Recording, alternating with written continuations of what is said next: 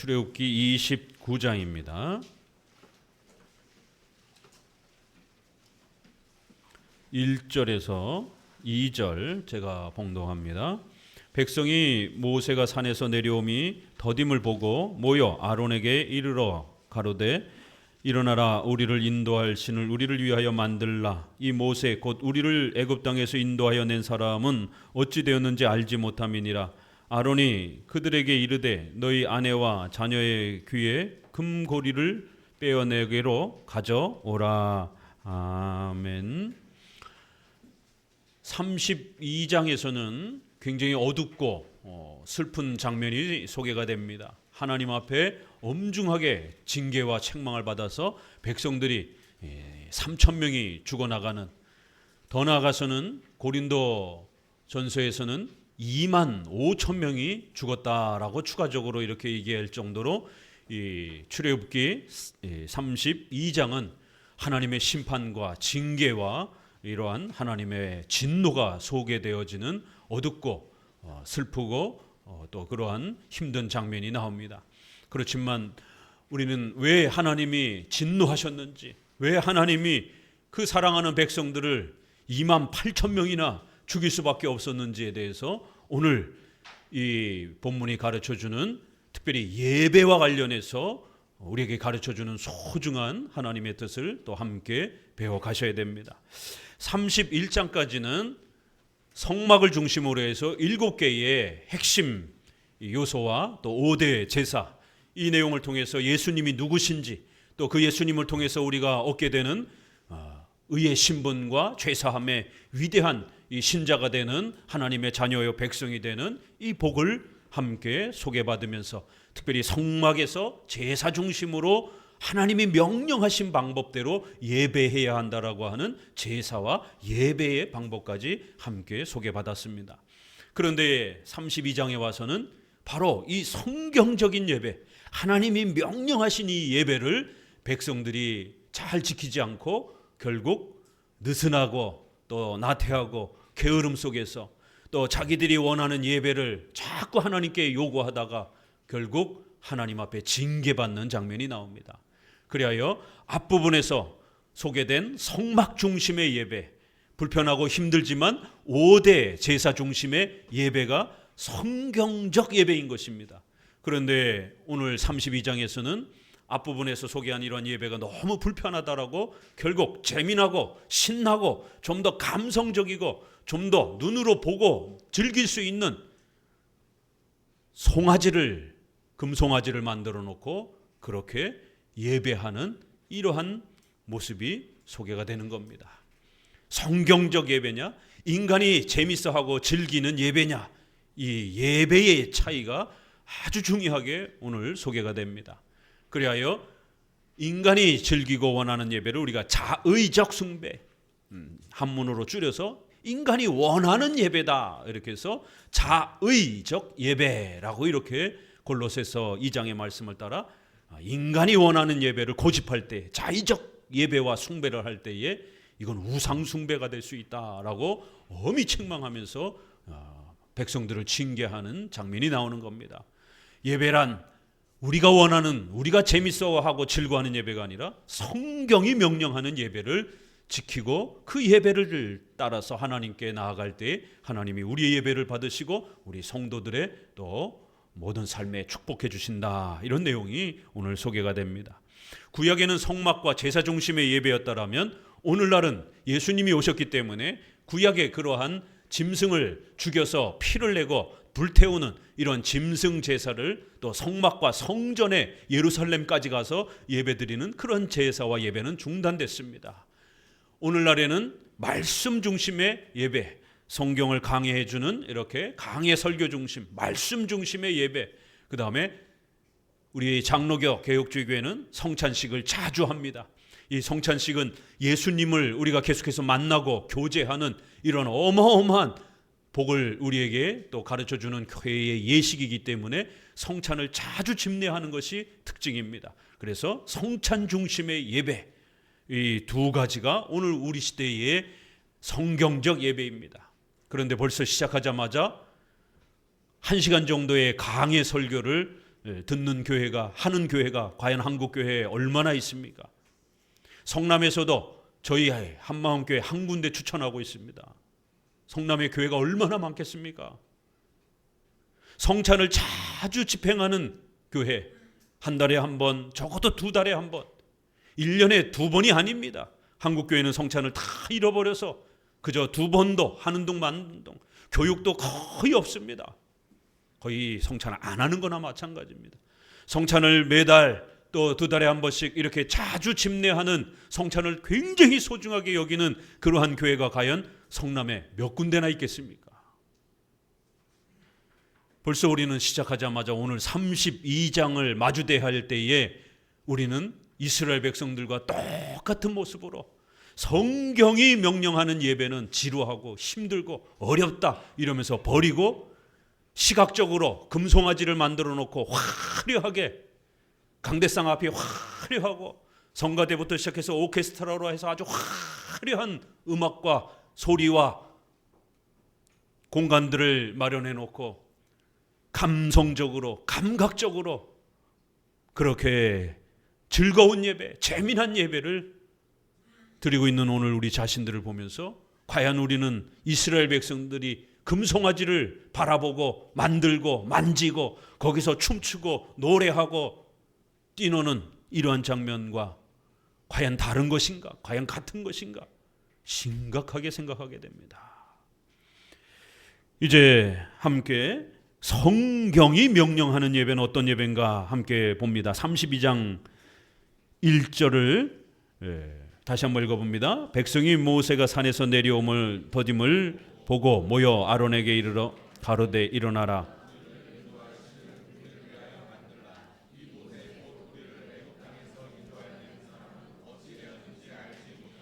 아론이 그들에게 이르되 너희 아내와 자녀의 귀에 금고리를 빼어내게로 가져오라. 모든 백성이 그 귀에서 금고리를 빼어 아론에게로 가져오매 아론이 그들의 손에서 고리를 받아 부어서 각도로 새겨 송아지 형상을 만드니 그들이 말하되 이스라엘아 이는 너희를 애굽 땅에서 인도하여 낸 너희 신이로다 하는지라. 아론이 보고 그 앞에 단을 쌓고 이에 공포하여 가로되 내일은 여호와의 절이니라 하니 이튿날에 그들이 일찍이 일어나 번제를 드리며 화목제를 드리고 앉아서 먹고 마시며 일어나서 뛰놀더라. 성막에서 예배드리는 것 쉽지 않습니다. 백성들은 바깥에서 기다려야 되고 흠없는 제물을 가지고 와야 됩니다. 조금이라도 흠이 있으면 하나님이 안 받으시겠다라고 아주 깨끗하고 건강한 이러한 제물을 가지고 오라고 말합니다. 그러면 그걸 가지고 오면 짐승을 죽여야 되고 피를 흘려야 되고 각 부위를 그렇게 또 쪼개서 번제단에 그렇게 태워야 됩니다. 그리고 제사장은 손을 씻고 지성소로 들어가 또 성소에 들어가서 예배를 드려야 됩니다. 창문 하나 없는 그 어마어마한 중동의 무더위 속에서 땀을 펄펄 흘리면서 제사 집례를 해야 되고 그 무더위 속에서 짐승을 잡아야 됩니다. 그 피비린내 나는 그 냄새, 그 짐승이 타는 그 냄새, 좋은 냄새는 아닙니다. 그 무더위 속에서 땀을 뻘뻘 흘려가면서 반드시 정해진 날짜에 정해진 5 제사의 방식을 따라 한치의 오차도 없이 그렇게 예배를 드려야 됩니다. 그리고 레위 지파는 율법을 백성들에게 부지런히 가르쳐야 됩니다.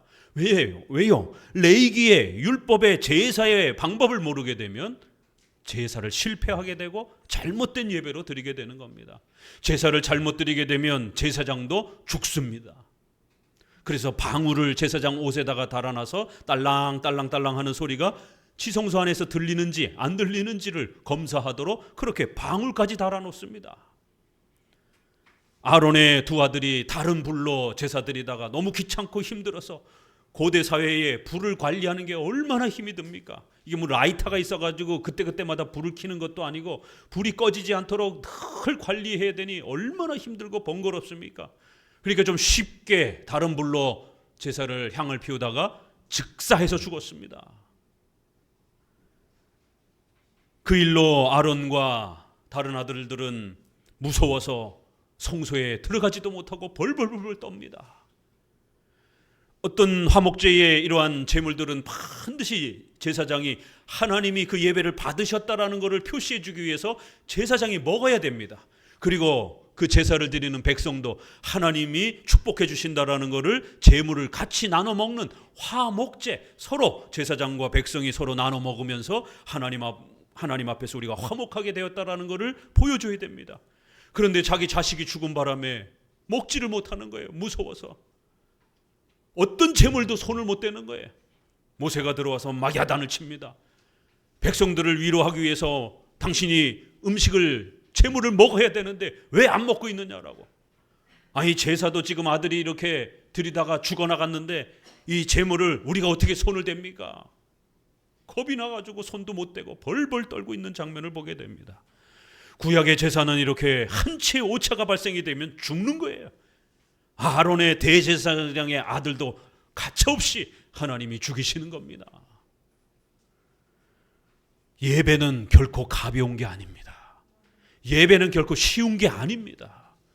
예배는 결코 재밌는 게 아닙니다. 그런데 오늘날 한국교회는 재미난 예배, 아이들이 힘든다고 하니까 어른 예배에서 빼어내어 주일학교 예배로 춤추고 노래하고 율동하고, 이게 도대체 유치원인지 교회인지 전혀 구분도 안 될 정도로 놀다가 노래하다가 아이들이 오는 것입니다. 어른들도 시편 찬송 너무 고리타분하고 축 처져 있다. 신나는 4분의 4박자로, 찬송가의 4분의 4박자는 뽕짝 리듬하고 리듬이 거의 똑같습니다. 신나는 예배, 재미난 찬송을 만들어 달라고 요구를 하는 겁니다. 2000년 동안 험숙하게 조용하게 일부러 그 템포를 빠르지 않도록, 또 음을 높이지 않도록, 비트가 높지 않도록, 또 박자도 반박자라든가 반의 반박자를 사용하지 않도록 한 음표만, 왜요? 반의 반이 사용이 되게 되면 이게 당김음 형태가 돼갖고 굉장히 빨라지고 리듬이 굉장히 화려해집니다. 한 음표로 하게 되면 그냥 읽듯이 노래하게 되잖아요. 그냥 그렇게 철저히 종교 음악은 점잖아야 된다라는 거예요. 신에게 노래를 부르는데 일반 세상 노래처럼 똑같이 부를 수는 없는 겁니다. 설교도 1시간씩, 영국 청교도들은 2시간, 3시간을 설교를 했습니다. 아침에 9시, 10시에 예배가 시작이 되면 1시가 다 돼서 끝납니다. 조금 쉬었다가 다시 또 오후 저녁 예배도 3시간, 4시간. 설교가 2시간이에요. 그런데 지금은 20분 설교도 못 듣는 시대가 되었습니다. 엄숙하고 경건하고 성경을 배우는 이러한 예배는 지루하고 힘들다라고 이렇게 자꾸 밀어내고, 재미난 예배, 짧은 설교보다는 다른 많은 프로그램들이 더 휘황찬란하게, 더 재밌게, 더 시각적으로 멋있게, 소리도 더 휘황찬란하게 더 하다 보니까 도대체 여기 앉아 있는 것이 성당에 와서 앉아 있는 것인지 교회에 와서 앉아 있는 건지 헷갈릴 정도로 거의 똑같아져 갑니다. 성당에 가서 찬송 소리를 들어보세요. 수억 수십억이 되는 그 파이프 오르간이 쫙 울릴 때 얼마나 장엄한가. 그 수십억 수백억씩 합니다. 파이프 오르간 하나에 몇백만 원, 몇천만 원씩 합니다. 이게 몇 개씩 달렸습니까? 많이 달릴수록 수십억 수백억이 되는 거예요. 스테인드 글라스부터 시작해서 얼마나 화려합니까? 그 스테인드 글라스가 얼마나 비싼지 압니까? 그게 점점 더 화려해집니다. 오늘 32장 1절에 우리를 위하여 만들라, 우리를 애굽 땅에서 인도해낸 모세는 어찌 됐는지 모른다.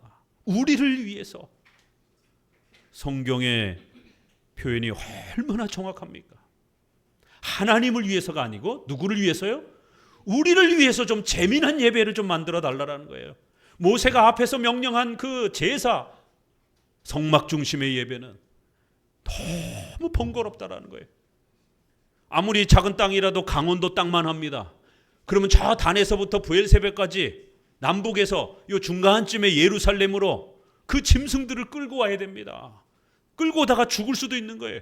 그래서 부득이함 때문에 이 먼 지역에서 짐승들을 데려오다가 죽으면 어떡합니까? 모세가 듣고서는 하나님께 이런 어려움도 있습니다. 그럼 먼 지역에 있는 성도들은 돈으로 가지고 와서 예루살렘에서 짐승을 사가지고 그렇게 드려라. 왜냐하면 짐승이 오다가 목이 말라 죽을 수도 있잖아요. 그렇게까지도 배려할 정도로 짐승을 끌고 와야 되는, 이게 보통 일이 아닙니다. 이게 3대 절기 반드시 와야 됩니다. 거리를 상관없이. 너무 지치고 재미없고 규칙도 많고 애들도 또 함께 참여해야 되는 또 이러한 많은 절차들이 있다 보니까 불편하다라는 거예요. 우리를 위해서 만들라. 우리를 위해서 좀 더 쉽고 재미난 형태로 예배 방법을 바꿔달라고 요구를 하는 겁니다. 하나님을 안 섬기겠다라는 게 아니에요. 이 요구는 하나님을 버리겠다는 요구가 아니라 하나님을 섬기기는 섬기겠다. 그러나 예배 방법이, 전통적인 성경적 예배 방법은 너무 힘들고 지루하다라는 거예요. 재미없다라는 거예요. 아이들이 못 참여한다라는 거예요. 장로교회의 예배를 소개하니까 많은 부모들이 똑같은 하소연을 합니다.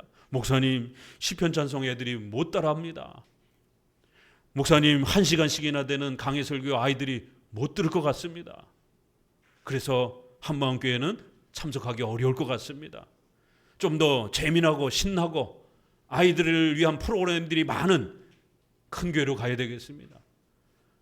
아니 뭐 유치원 찾으시는 거예요 지금? 그러면은 큰 유치원 형태로 가시는 게 낫죠. 지금 교회를 찾는 거잖아요. 우리를 위해서, 우리가 좀 더 편안하게 여겨질 수 있는 예배를 만들어 주십시오. 엄청난 요구가 모세가 없는 사이에 결국 그 백성들의 악한 욕구에 의해서 아론에게 제시가 된 겁니다. 32장 8절에도 그들이, 이건 하나님이 이제 책망하는 말이죠. 그들이 내가 그들에게 명한 길을 속히 떠나 자기를 위하여 송아지를 부어 만들고 그것을 숭배하며 그것에게 희생을 드리며 말하기를 이스라엘아 이는 너희를 애굽 땅에서 인도해낸 너희 신이라. 하나님께서도 다시 한번 또 책망하면서 저들이 자기들을 위해서, 하나님을 위해서가 아니라 자기들이 편하고 재미있는 것들을 요구하면서 그런 예배로 만들어 달라고 송아지를 만들어 놓고 그리고는 그 송아지 앞에서 예배 드리고 있다라는 거예요. 이 어찌 된 일이냐라고 화를 내십니다. 결국 백성들이 왜 금송아지를 만들었겠습니까? 그냥 철로다가 만들면은 안 됩니까? 왜 금으로 만들었습니까? 인간의 종교적 본능이 그래도 또 신을 예배하는데 이 나무 쪼가리를 가지고 빚어갖고 하긴 조금 값싸 보이잖아요. 그러니까 그래도 금덩어리를 가지고 와가지고 신을 예배하는 거니까 좀 뭔가 비싸 보여야 되고 좀 신성해 보여야 되는 건 아니겠습니까? 그러니까 금을 가지고 와라. 그럴 땐 또 아낌없이 또 금을 갖다가 바치면서 금을 빚어가지고 송아지를 만들어 놨습니다. 왜 하필이면 송아지입니까? 애굽에서 봤던 게 이런 형상 예배, 그림 예배, 조각 예배였던 겁니다. 우리가 애굽의 박물관을 보게 되면 온갖 짐승들을 신으로 이렇게 형상화, 조각으로 만들어 가지고 다양한 신을 섬깁니다. 특별히 태양신을 섬기는 게 또 유명하죠. 그 중에 송아지, 소를 섬기는 풍습도 있습니다. 이게 아피스 신을 섬기는 건데, 이 아피스 신은 소가 힘이 좋잖아요. 풍요, 곡식에 대한 풍요, 그 다음에 다산, 이런 풍요로움들을 상징하는 그런 신입니다. 그 신을 송어로 만들어 가지고 그렇게 이 애굽 백성들이 숭배를 했던 겁니다.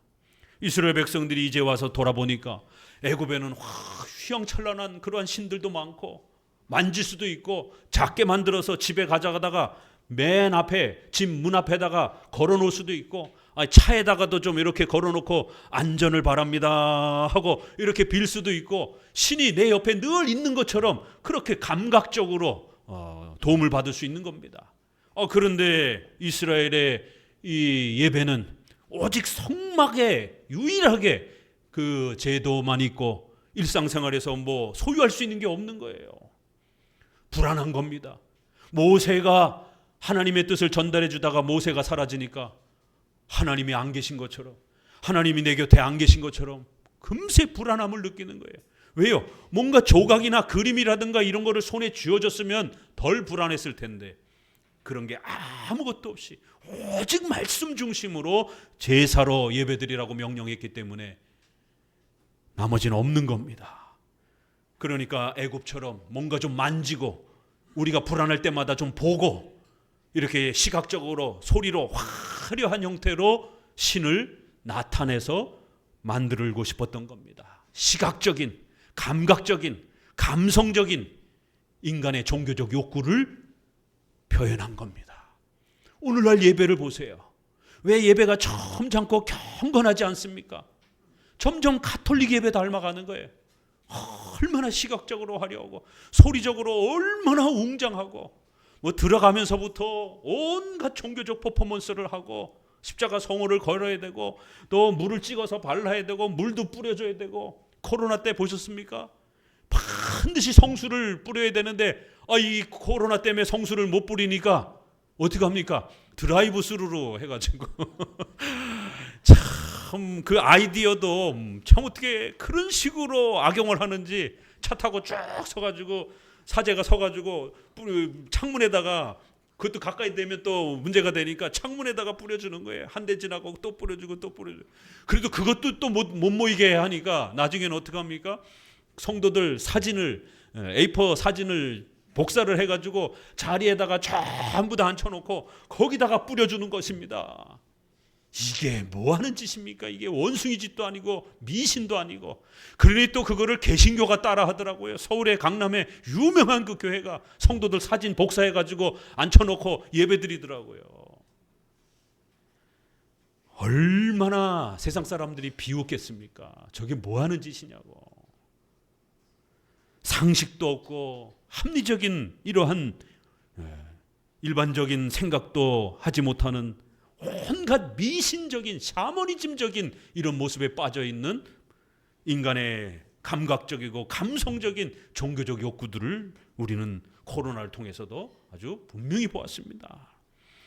결국 이 송아지 형상이라고 하는 것은 형상, 이미지를 말하는 겁니다. 영어로 번역될 때도 이미지라고 번역을 하는 거예요. 출애굽기 20장 4절에 너를 위하여 새긴 우상을 만들지 말고, 이럴 때 이 우상이 영어 번역으로 이미지입니다. 또 위로 하늘에 있는 것이나 아래로 땅에 있는 것이나 땅 아래 물속에 있는 것에 아무 형상이든지 만들지 말라. 형상, 한 번은 우상이라고 번역해놨고 한 번은 형상. 우리 한문으로도 그림을 말하는 겁니다. 그림, 형상, 그림, 조각, 이미지를 말하는 것입니다. 1계명은 하나님을 말하는 것이고 다른 신을 섬기지 말고 하나님을 섬겨야 된다는 거예요. 2계명은 하나님을 섬기되 어떻게 섬기라고요? 그림이나 조각이라든가 이런 걸 만지고 이런 거 옆에 끼고 그런 거를 목에다가 걸고 물을 뿌리고 이러면서 형상과 그림, 조각에 의지해서 예배를 드리지 말고 오직 말씀 중심으로 청각, 말씀을 듣는 청각 중심으로 예배를 드리라는 거예요. 시각과 감각 중심으로 예배를 드리지 말고 말씀 중심으로 청각 중심으로 예배를 드리라는 거예요. 구약의 예배의 정신, 신약의 예배의 정신은 우리 귀에다가 들려주는 겁니다. 로마서 10장 믿음은 오직 들음에서 난다라는 거예요. 그리고 그 들음은 그리스도의 말씀을 듣는 것이다라고 말을 하는 겁니다. 이스라엘 백성들은 애굽에서 보았던 것처럼 다른 종파처럼 눈으로 보고 만질 수 있는 형태로 그렇게 하나님을 만들어 달라고 요구한 겁니다. 자, 다른 종파 보세요. 불교에 가게 되면 4대 천왕이 딱 귀신을 잡아먹는 4대 천왕이 딱 서 있습니다. 그리고 법당에 가니까 큰 불상이 있습니다. 뭔가 눈에 보이고 만져야 되는 거예요. 이게 이방 종교의 본성적인 욕구인 겁니다. 힌두교라든가 타종교도 보세요. 전부 다 그림으로. 무당들도 그 집에 온갖 신들의 형상을 만들어 놓고. 타종교에 그림이나 조각이 없는 데가 있습니까? 없잖아요. 전부 있습니다. 오직 기독교만 없는 거예요. 우리 기독교인들은 오직 성경만 붙잡고 있는 겁니다. 종교개혁이란 오직 믿음으로 구원받는다는 이 구원을 회복시켜 준 것도 있지만 또 하나는 예배개혁이 있었습니다. 그래야 카톨릭의 이 화려한 스테인드 글라스, 또 앞에 이러한 강대상 앞에 화려한 거를 다 없애버리고 그냥 이 강대상 하나만 둔 겁니다. 요즘에는 강대상도 너무 화려해져 갑니다. 한때는 또 크리스탈, 유리로 강대상이 유행이 돼가지고 유리 강대상이 수백만 원, 수천만 원씩 합니다. 이 교회로 이사 오면서, 이쪽으로 이사 오면서 이 옛날 좀 중후한 이 강대상, 이 나무로 된 이 고전적인 이 강대상을 구하려고 제가 중고 성구사를 아주 엄청 뒤졌습니다. 화려한 현대식 이러한 강대상 말고 정말 우리 선조들이 이렇게 좀 중후하게 옛날부터 이렇게 사용해왔던 이 강대상을 구하고 싶어가지고 이 중고 성구사에 가서 50만 원을 주고 구입을 했습니다. 성도들에게 재정적 부담을 주지 않기 위해서. 아니, 성경책 올려놓고 마이크 올려놓으면 되는 것이지 이게 뭐 부서지겠습니까? 이거 100년을 써도 안 부서질 것 같아요. 우리 다음 목사님한테도 물려주고 그 다음 목사님한테도 물려주고 중후하니 얼마나 멋있습니까? 우리 종교개혁은 이렇게 예배개혁을 하면서 강대상 개혁을 하면서 그저 강대상 하나 놓고 다 없애버린 것입니다. 형상과 이미지 중심으로 예배드리지 못하도록 개혁을 해준 것입니다. 여기도 보니까 이제 다른 단을 쌓고 그 단 앞에 번제와 화목제를 드리고 앞부분에서 절대로 성막의 번제단 외에는 다른 제단 쌓지 말라고 명령했지 않습니까? 그렇죠? 그런데 다른 제단을 쌓아놓고 거기다가 제사를 드리는 거예요. 출애굽기 우리가 앞부분에서 배웠던 30장 38절에 무릇 맡으려고 이 같은 것을 만드는 자는, 다른 향을 만드는 자는 그 백성 중에서 끊쳐지리라, 죽이라는 거예요. 27장 8절 단은 널판으로 비게 만들되 산에서 내게 보인 대로 만들어라. 번제단은 반드시 하나님이 가르쳐준 대로 그렇게 만들어야 된다는 거예요. 다른 방식으로 만들면 죽이라는 거예요. 그런데 버젓이 다른 제단을 만들어 놓고 거기서 신나게 놀고 뛰면서 예배드리는 겁니다. 얼마나 즐거웠는지 앉아서 먹고 마시며 일어나서 뛰놀더라. 구약에 여러분 우리가 창세기에서 아브람, 이삭, 야곱이 제단을 쌓고 제사를 드립니다. 그렇죠? 그럴 때 모세가 거기서 막 뛰어놀고 헤이 헤이 할렐루야 하고 소리 지르고 이렇게 제사 드리는 거 봤습니까? 한 번도 못 봤습니다. 자, 이제 성막 성전 중심의 이러한 예배가 구약 말라기까지 펼쳐집니다. 제사장들이 나와가지고 쭉 서가지고 요요 할렐루야 할렐루야 춤을 추고 덩실덩실 이러면서 성전에 나와가지고 이런 예배 봤습니까? 한 번도 못 봤습니다. 그런데 백성들은 얼마나 즐거웠는지 먹고 마시고 즐기고 나중에는 너무너무 신이 나가지고 일어나가지고 막 뛰어놀더라는 거예요.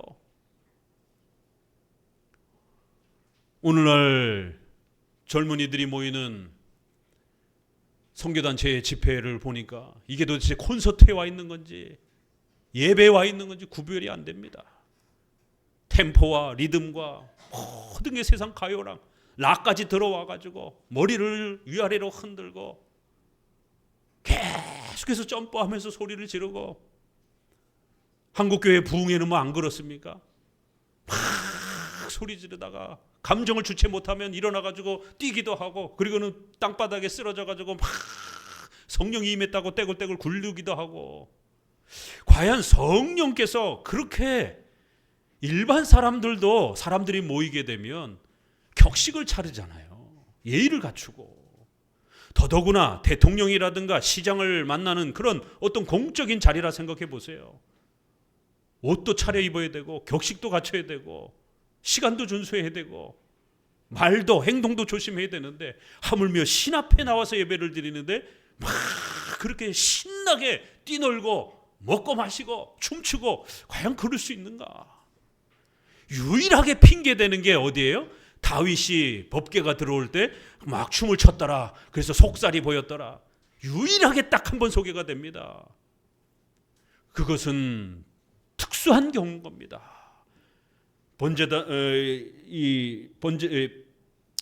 법궤가 오랫동안 방치되어 있다가 그 법궤를 가져올 때에 거기에 대해서 다윗 왕이 하나님 앞에서 그 기쁨을 표현한 아주 특수한 경우예요. 만약 그게 정말 모범적인 것이다라면 모든 제사장들이 거기서 같이 뛰어야죠. 한마디도 없잖아요. 다윗만 그렇게 잠시 뛴 겁니다. 그거를 핑계로 단 한 번 있는 사건을 가지고 마치 예배가 이러해야 되는 것처럼, 구약에 어디 그런 예배가 있습니까? 신약에 어디 그런 예배가 소개가 됩니까? 2000년 교회사의 예배를, 교회사의 역사를 찾아보세요. 가톨릭이 아무리 타락해도 그렇게 막 뛰놀고 즐기고 소리 지르고 이러지 않습니다. 험숙하고 세상 그 어떤 종교들도 그렇게 신 앞에 나가서 막 소리 지르고 뛰놀지 않습니다.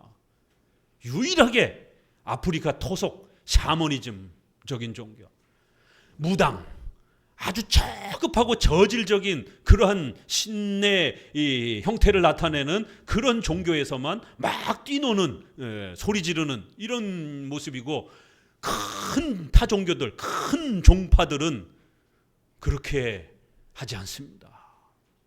왜 기독교 예배가 오늘날 이렇게 뛰놀고 소리 지르고 먹고 마시고 즐기는 형태로, 그리고 본인들은 아주 재미난 예배라, 아주 성령 충만함 받았다라고 소리를 지릅니다. 그런데 성경 어디에도 그런 신나는 예배는 없습니다. 험숙하고 경건하고 조용하고. 그래서 우리 과거의 장로교도들은 고신 측도 그렇고 교회 안에서 박수치면 징계받았습니다. 어디 하나님께 예배드리는데 소란스럽게 박수를 치느냐고. 지금은 박수 안 치면 성령 충만이 없는 것처럼 그렇게 핀잔을 주는 시대가 되었습니다. 과거에 드럼이라든가 이런 악기가 있었습니까? 타악기가 있었습니까? 절대로 교회 안에 못 들어오겠습니다. 그런데 어느 순간부터 모든 교회들이 북을 갖다 놓습니다.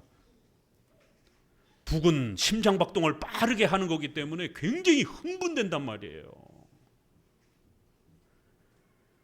오순절파, 신사도운동, 주로 이단들이 이렇게 타악기를 사용해서 사람들을 막 흥분시킨 다음에 마치 신이 임재하는 것처럼 무당이 신내림할 때 어떻게 합니까?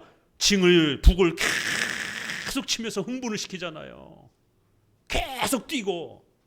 왜요? 사람이 감정적으로 이렇게 흥분되도록 만들기 때문에. 결국 기독교 예배는 무당들이 행하는 아주 저급한 아프리카 토속 종교의 그러한 모습처럼 아주 시끄럽고 감성적이고 시각적인 예배가 되어버렸습니다. 우리 골로새서 말씀을 같이 한번 봅니다. 골로새서 자의적 숭배에 대해서 성경이 얼마나 무섭게 책망하는가 봅시다. 골로새서 2장 16절입니다.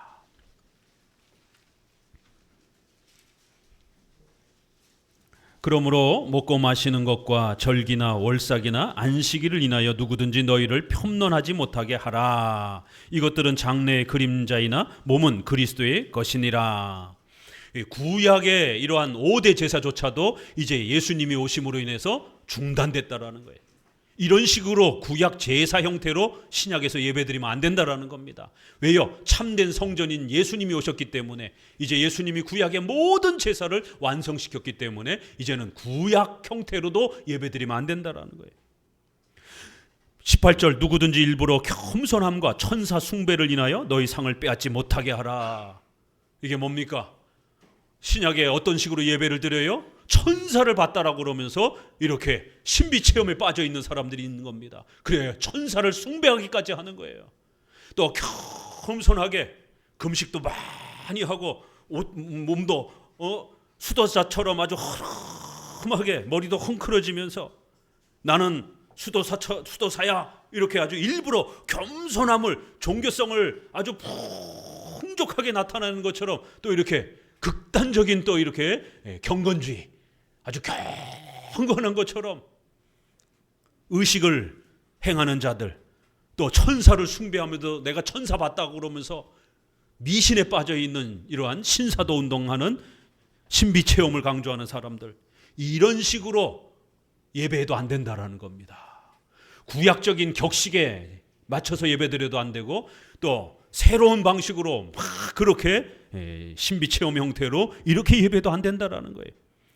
이들은 육체의 마음을 쫓아 헛되이 과장하는 그런 모습들이라는 거예요. 20절 읽어봅니다. 너희가 세상의 초등학문에서 그리스도와 함께 죽었거든 어찌하여 세상에 사는 것 같이 의문에 순종하느냐. 초등학문이다. 구약적인 이러한 예배 질서는 옛날에 초등학생들 가르치는 것처럼, 어린아이들 가르치는 것처럼 예전에 사용했던 방식이라는 거예요. 21절 붙잡지도 말고 맛보지도 말고 만지지도 말라 하는 것이니, 얼마나 강력하게 구약의 예배를 더 이상 사용하지 말라고, 붙잡지도 말고 맛보지도 말고 만지지도 말라. 여러분, 성경에 이런 표현이 있는 거 보셨습니까? 잘못된 예배를 붙잡지도 말고 맛보지도 말고 만지지도 말라라는 거예요. 22절 이 모든 것은 쓰는 대로 부패로 돌아가니라. 사람의 명과 가르침을 쫓느니라. 이런 것들은 자의적 숭배와 겸손과 몸을 괴롭게 하는 데 지혜 있는 모양이나 오직 육체 쫓는 것을 금하는 데는 유익이 조금도 없느니라. 신약에서 구약의 이제 제사 제도를 함부로 사용하면 안 된다라고 아주 엄히 선을 긋습니다. 그리고는 성경적 신약적 예배, 말씀 중심의 성찬 중심의 예배를 드리라고 명령하는 것이에요. 결국 이러한 자의적 예배를 우리가 다른 말로 허용적 예배라 이렇게 표현을 합니다. 하나님이 허용해 줬지 않겠느냐. 아니 예배를 안 드린다는 게 아니라 예배를 열심히 드리겠다는데 왜 문제를 삼냐. 이렇게 접근하는 거예요. 그렇지만 예배가 재미없다. 너무 성경적 예배는. 그러니까 좀 재미난 예배, 우리가 원하는 예배를 하나님 허락해 주십시오. 결국 금송아지는 이런 요구인 겁니다. 그래서 인간이 원하는 예배를 하나님이 허락해 줬다. 이걸 우리가 신학적으로 허용적 예배 원리라, 이거를 주장하는 겁니다. 로마 가톨릭은, 루터파도 그렇고 존 웨슬레가 예배의 방법을 전부 다 바꿨습니다. 그래서 메소디스트, 방법주의자들, 기존의 예배의 방법들을 전부 다 획기적으로 새로운 방법으로 바꿨다. 그래서 새로운 예배를 추구하는 자들, 이 감리교라는 말이 바로 그 메소디스트라는 말이 그런 표현입니다. 감리라는 말은 정치적 표현이고요. 감독이 혼자 통치한다 이런 거고, 원래 영어식 감리교 이름은 메소디스트, 메소디즘이에요. 메소도 방법, 수단, 예배의 방법, 전통적인 예배를 전부 다 포기하고 설교도 짧게, 찬송도 신나고 재밌는 걸로, 성찬은 거의 안 하는 형태로 이렇게 새로운 현대적 방법으로 전부 다 바꿨다. 이게 더 경건한 것이다. 이게 더 신나는 예배다라고 이렇게 바꾼 겁니다. 결국 장로교 예배와 로마 가톨릭 예배에 대한 강한 반발로 이렇게 새로운 예배를 만든 겁니다. 하나님은 인간이 열심히 예배만 드리기만 하면 얼마든지 인간이 원하는 대로 예배를 허용해 준 것이다. 예배를 이렇게 해석한 겁니다. 오늘날 경건주의, 오순절파 다 이렇게 우리가 어떤 예배를 드리든 상관없다. 하나님 앞에 예배만 드리기만 하면 된다. 그러나 장로교는 예배의 규정적 원리, 규정, 예배는 우리가 함부로 만드는 게 아니라, 함부로 선택하는 게 아니라, 허락된 게 아니라 성경이 명령하는 것을 받아서 지켜야 된다는 거예요. 구약은 철저하게 성막과 5대 제사 중심의 예배를 드려야 되는 겁니다. 어디 구약의 예배가 허락돼 있습니까? 명령돼 있지, 규정돼 있죠, 제한돼 있습니다. 오늘 신약의 예배는요, 말씀 중심, 성례 중심으로 구약의 할례와 유월절이 세례와 성찬으로 바뀌었고, 구약의 제사의 형태가 설교의 형태로 이렇게 말씀 중심의 성례 중심으로 오늘날에는 또 똑같이 명령되어 있는 것입니다. 절대로 허용된 게 아닙니다. 그래서 2000년 교회사에는 예배론과 관련해서 두 논쟁이 있습니다. 예배가 허용적 원리냐, 아니면 예배가 규정적 원리냐. 우리 장로교는 예배는 함부로 바꾸고 변경하는 게 아니라는 거예요. 철저히 성경이 명령한 것을 지켜야 된다라고 이렇게 고백해 온 것입니다. 신명기 4장 15절에도 여호와께서 호렙산 화염 중에서 너희에게 말씀하시던 날에 너희가 아무 형상도 보지 못하였은즉 너희는 깊이 삼가라. 두렵건대 스스로 부패하여 자기를 위하여 아무 형상이든지 우상을 새겨 만들되 남자의 형상이라든지 여자의 형상이라든지 땅에 어떤 짐승의 형상이라도 만들지 말라. 성경은 끊임없이 계속해서 형상, 이미지나 그림으로 교회를, 예배당을 치장하고 여러분의 삶 속에서 그런 것들을 소유하고 그런 것들을 몸에 지니고 신인에게 가까이 있는 것처럼 그렇게 하나님 앞에 기도하고 예배하면 안 된다라는 겁니다.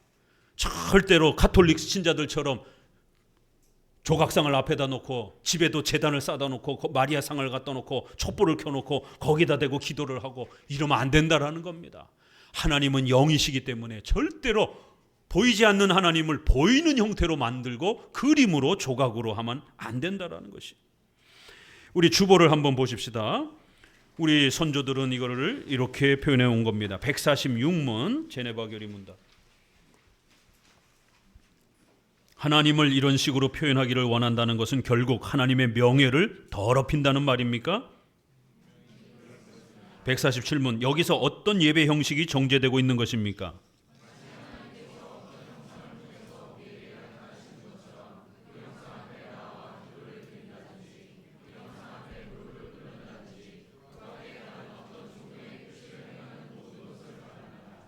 이미지를 만들어 놓고 예배하고 기도하는 이런 모든 행위들을 금지하고, 만약 그렇게 하면 하나님의 명예가 깨트려진다라는 거예요. 148문 그러므로 이 계명에는 모든 조각이나 그림, 즉 예술품들이 금지되는 있는 것으로 이해해서는 안 되고, 우리가 예술가들의 이런 일반 그림까지 우리가 다 정죄하는 건 아니라는 거예요. 단지 하나님을 섬기기 위해서 만들어진 모든 이런 종교적 형상들, 외형적인 형상들 안에서 하나님을 공경하는 일, 그리고 그것으로 어떤 종교적인 형태들이든지 이 형상들로 우상 숭배로 오용하는 것이 정죄되어 있다는 것입니까? 예. 149문에도 이런 형상 예배는 우리를 모든 미신들과 육적인 예배의 방식 얽매이게 만드는 것이다라는 겁니다. 하나님께서 받으시고 기뻐하시는 예배의 방법이 무엇인지를 우리는 배우고 지켜야 된다. 자, 하이델베르그 요리문답의 이 계명을 소개하면서 97문 그러면 아무 형상도 만들지 말아야 합니까?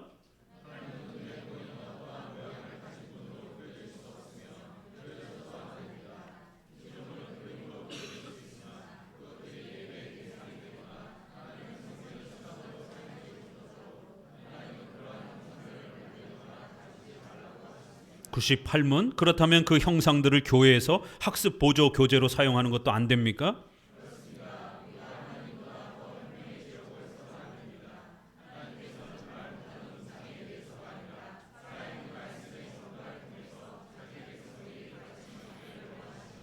예, 아이들을 위해서, 글자를 모르는 아이들을 위해서 그림이나 조각으로 예수님을 나타내고 이렇게 교육용으로, 학습 보조용으로 사용하는 것도 안 된다라는 거예요. 삼위일체 하나님, 성령님, 예수님을 그림으로 나타내서는 안 된다라는 겁니다. 그런데 오늘날 한국교회는 얼마나 많이 주일학교나 교회 장식에 예수님을 잔뜩 그려놓고 예수님을 조각으로 만들어 놓고, 여러분 성도들의 집집에도 예수님을 그렇게 크게 그림으로 달력에도 온갖 여러분 주변에 예수님이 보여지도록 만져지도록 그렇게 해놨습니까? 똑같은 책망을 받고 있는 겁니다. 비록 힘들고 어려워도 말씀의 전파를 통해서 배우라는 거예요. 고린도서 말씀에 전도의 미련한 것으로 우리를 가르치신다라는 거예요. 전도에 미련한, 그 전도는 전도지 나눠주는 게 아닙니다. 그 원문은 설교를 말하는 거예요. 하나님의 말씀을 전파해주는, 이 귀에다 대고 들려주는 겁니다. 하나님은 볼 수가 없기 때문에 성경을 우리 귀에다가 가르쳐주고 들려주는 방식을 통해서만이 하나님을 가르쳐줘야 된다는 거예요.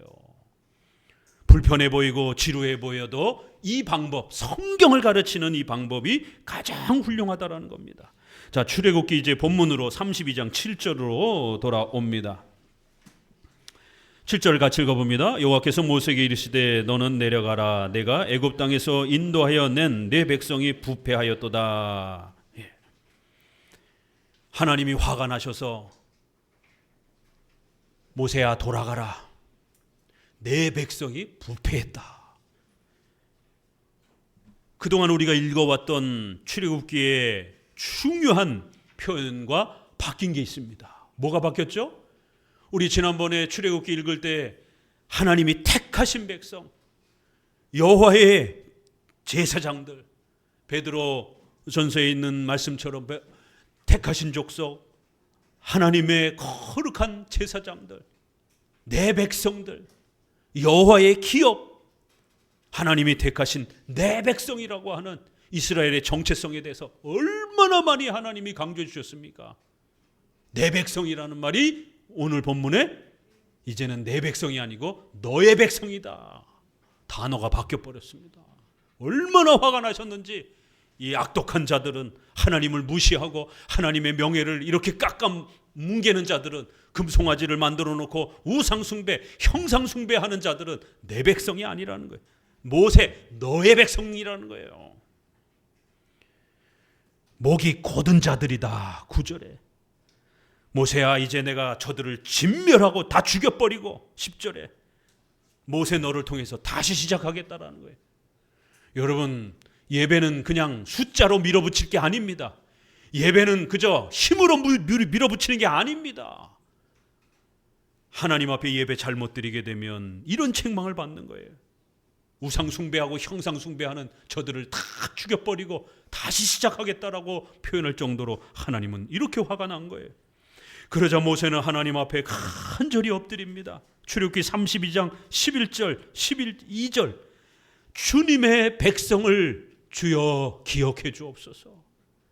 저의 백성이 아니라 저들은 하나님 당신의 백성입니다. 하나님이 택하신 당신의 백성들입니다.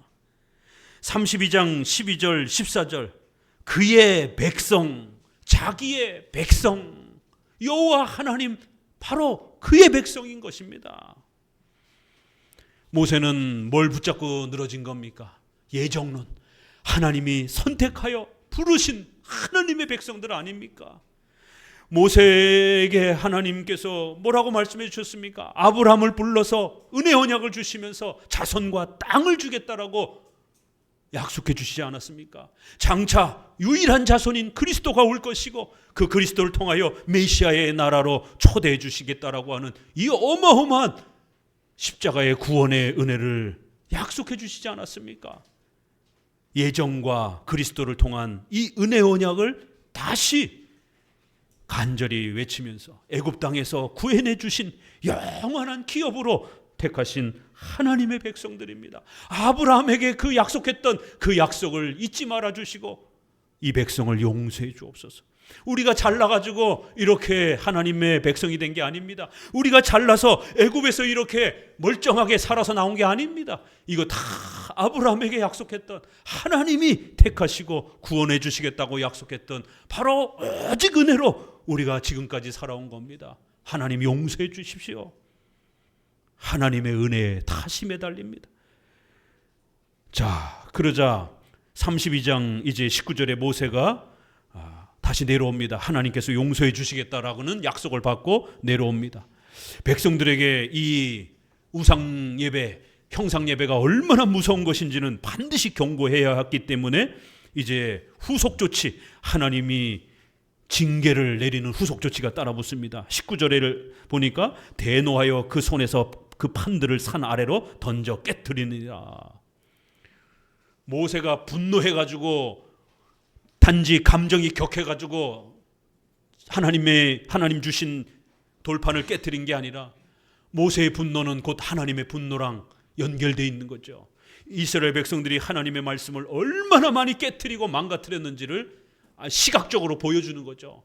십계명 하나님이 직접 주신 말씀을 땅바닥에다 확 집어던지면서 너희들이 하나님의 말씀을 이렇게 땅바닥에 집어던지고 깨뜨려 버렸다라고, 5대 제사와 성막 중심의 예배를 드리라고 그토록 명령했는데 하나님의 말씀을 아주 하찮게 땅바닥에 집어던지고 깨뜨려 버렸다라는 것을 시각적으로 이렇게 보여줍니다. 20절 같이 읽어봅니다. 20절입니다. 모세가 그들의 만든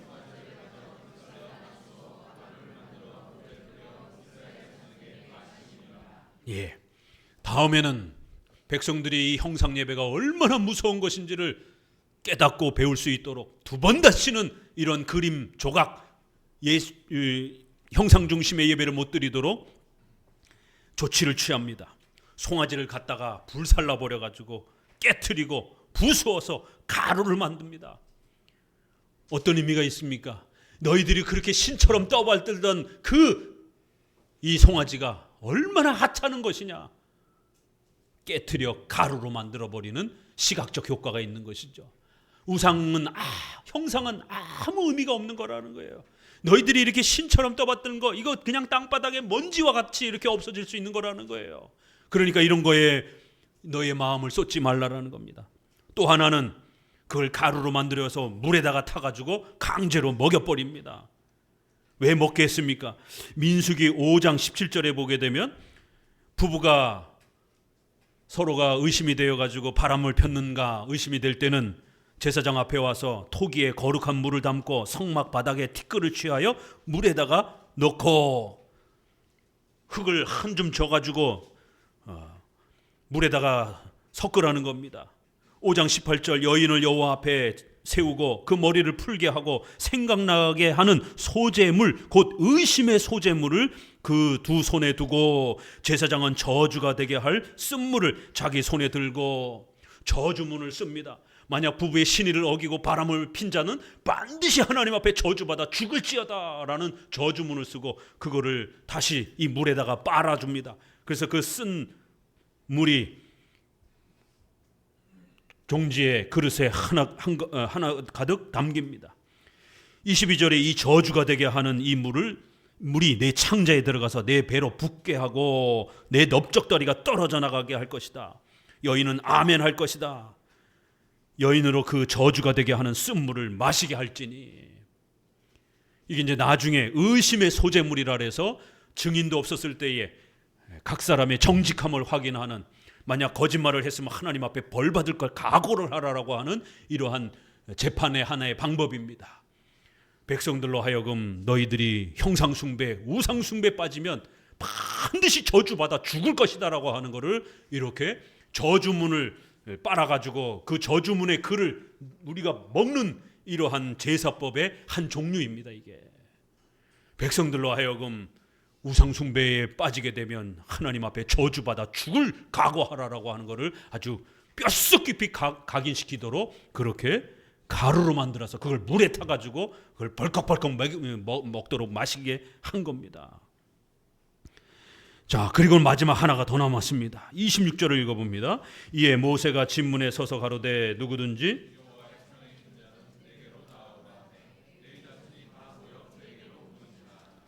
모세가 그들에게 이르되 이스라엘 하나님 여호와께서 이같이 말씀하시기를 너희는 각각 허리에 칼을 차고 진 이문에서 저문까지 왕래하며 각 사람이 그 형제를 각 사람이 그 친구를 레이자손이 모세의 말대로 행하며 이날에 백성 중에 3,000명 가량이 죽임 받은지라. 하나님의 진노와 분노가 얼마나 큰지 이건 그냥 넘어갈 문제가 아니라는 겁니다. 특별히 백성들이 다 참여한 건 아닌 것 같아요. 여기 이제 우리가 본문을 보게 되면 유독 거기에 나선 자들이 있어요. 그래서 3,000명을 먼저 죽이라는 거예요. 우상숭배에 적극적으로 이 금송아지 만들 때 참여한 자들을 먼저 죽이라는 겁니다. 아무도 나서지를 못해요. 자기 일가 친척을 죽이라는 거예요. 자기 아들과 딸들을 죽이라고 그러는데 어떻게 여기에 나섭니까? 여러분 같으면 나설 수 있겠습니까? 그래도 레위 지파가 우리가 나서겠습니다. 칼을 차고 모세의 명에 나옵니다. 하나님이 그렇게 죽이라고 명령한 거예요. 그래도 레위 지파가 눈물을 머금고 자기 일가 친척을 죽여야 되는 이 무시무시한 명령 앞에 벌벌벌벌 떨면서라도 나옵니다. 그리고 그 칼을 빼들고 자기 일가 친척을 죽이는 거예요. 여러분, 형상 예배가 얼마나 무서운 것인지를 이런 본문을 통해서 교훈을 삼으셔야 되는 거예요. 그림으로 조각으로 오늘날 한국교회가 완전히 그냥 뒤범벅이 됐습니다.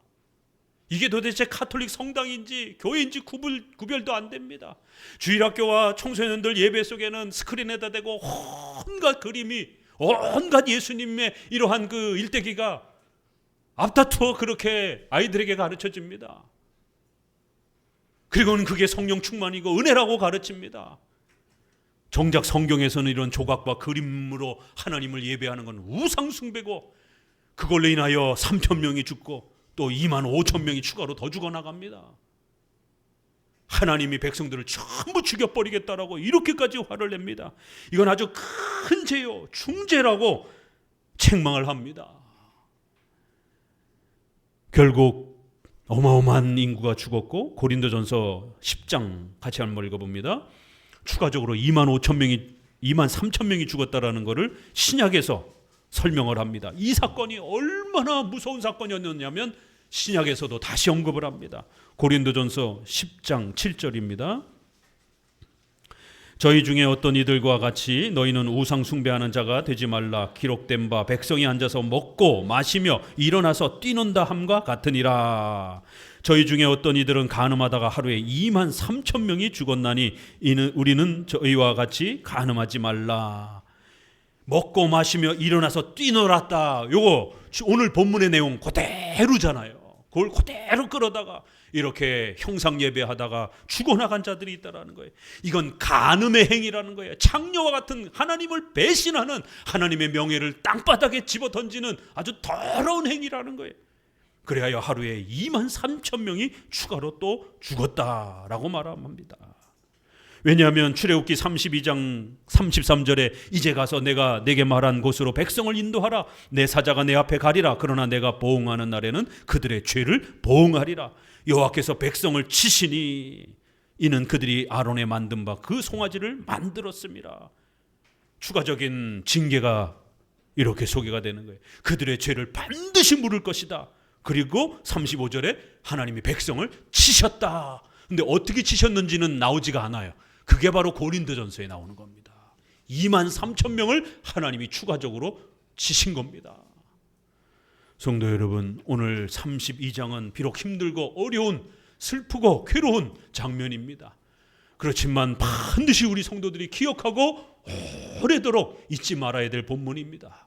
하나님 앞에 예배 드릴 때 성경적 예배를 드려야 된다는 것. 우리가 좋아하고 즐기고 재미난 예배가 아니라 하나님이 명령하시고 가르쳐 주신 예배. 구약에는 성막과 제사 중심의 예배, 신약에는 사도행전 2장 42절 사도들의 가르침을 따라 떡을 떼고 교제하고 기도에 전념하니라. 이렇게 설교와 떡을 떼고 성찬을 말하는 거고, 또 기도, 그 다음에 교제는 헌금, 이런 기본적 요소가 신약에 소개가 되어 있는 것입니다. 요한복음 4장의 신령과 진정으로 예배드려라, 이런 표현들이 신약에는 새로운 예배 시대가 되었음을 소개하고 있습니다. 줄여서 말씀 중심의 예배와 성찬 중심의, 성례 중심의 예배인 것입니다.